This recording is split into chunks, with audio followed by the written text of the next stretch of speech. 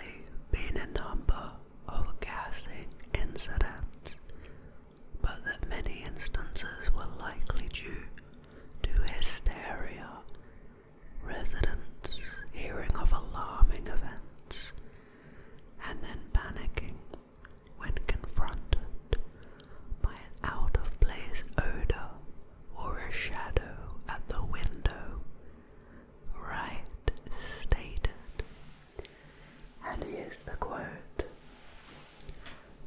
"There is no doubt that a gas maniac exists and has made a number of attacks. That is very alarmist. But many of the reported attacks are nothing more than hysteria. Fear of the gas man is entirely out of proportion to the menace of the relatively harmless gas he is spraying. The whole town is sick with hysteria."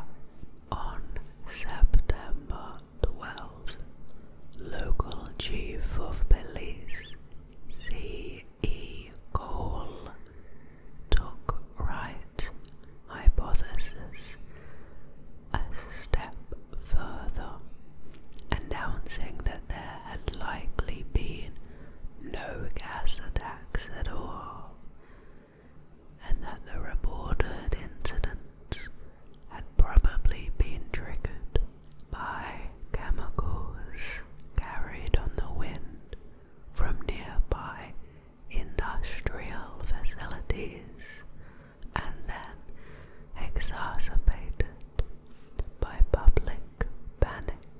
Wright and Cole's diagnosis was given further validity in 1945 when the Journal of Abnormal and Social Psychology published The Phantom Anesthetist of Mattoon, a field study of mass hysteria. That sounds interesting to read.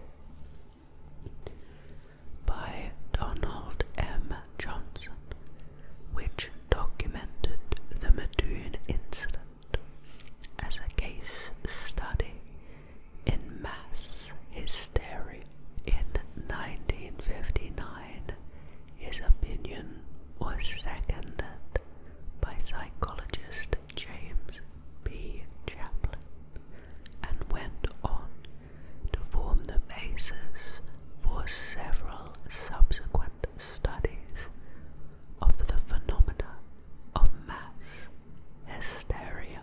Most of the physical symptoms recorded during the Mattoon and Mattoon incidents, including choking, swelling of mucous membranes, and weakness/temporary paralysis, have all been suggested symptoms of hysteria. Some experts believe that the mass hysteria was fueled by the headline in the Mattoon Journal Gazette, "Mrs. Kearney and daughter first victims," which assumed there would be more attacks. That's not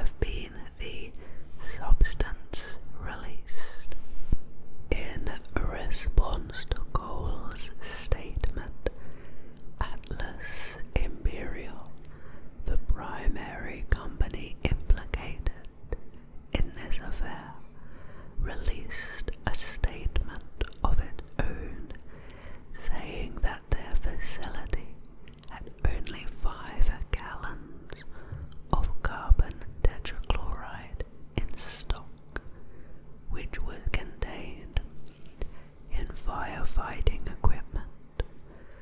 Atlas Imperial officers also denied that any quantities of trichloroethylene, an industrial solvent used by Atlas, could be responsible for sickness in the town, reasoning that it would have taken significant quantities of their chemical to sicken the townspeople, and that factory workers would have experienced similar symptoms long before anybody outside of the factory was affected. At the time of the gassing, the Atlas plant had been certified as safe by the State Department of Health. Now quickly, the idea of there actually being an assailant. After analysing events, some researchers have concluded that at least some of the Gaza incidents were the work of an actual attacker who carried out a series of gassings as reported by witnesses. And there of course are the paranormal suggestions. Some writers on the paranormal have covered the event. Clark, 1993, describes an illustration of the gas from Lauren Coleman's mysterious